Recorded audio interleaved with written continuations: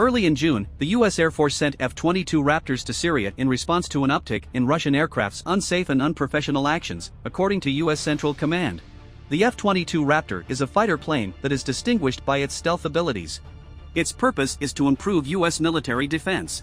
This Raptor is in charge of defending the 900 U.S. personnel currently deployed in Syria.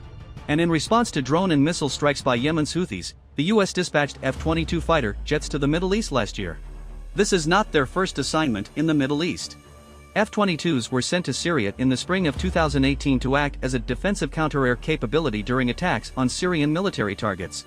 The reason for this attack was: this attack came in retaliation for a purported chemical attack by Damascus. The F-22s finished their first combat wave over Syria in the autumn.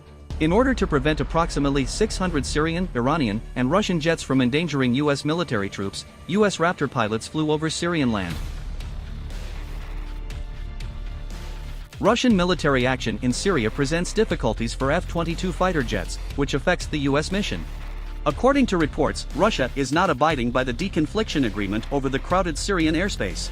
The interference by Russian jets with U.S. personnel grew. The U.S. has been acting more aggressively in the air over Syria. Russian soldiers are posing an increased threat to U.S. service members on the ground. Even with the F-22 there, tensions remained high. Sticking solidly by their partner, Syrian President Bashar al-Assad, with more than 2,500 Russian military forces stationed in Syria. The civil war in Assad's country appears to be over after more than 10 years of upheaval and strife. Russia and Syria frequently refer to U.S. forces as occupiers, but they were told to pack up and depart. The U.S. has remained despite calls to leave, putting U.S. soldiers in the sights of nations other than Moscow and Damascus. Iranian military forces have been accustomed to being targeted by Syria, another ally of Russia, and Iran. A drone that was linked to Iran targeted U.S. contractors in Syria just last March, which was a terrible incident. A discussion regarding the justification and viability of the U.S. presence in Syria, which has been ongoing since 2015, was sparked when one person was killed and 6 others were injured.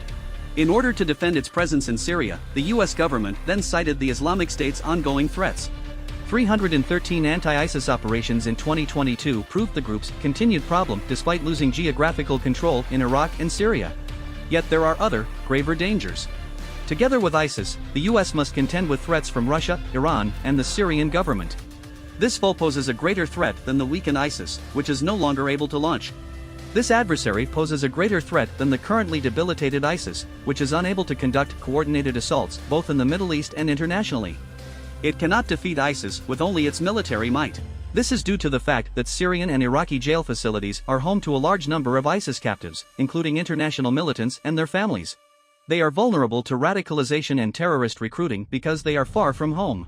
Meanwhile, ISIS strategists are still working on a method to release their allies from this jail.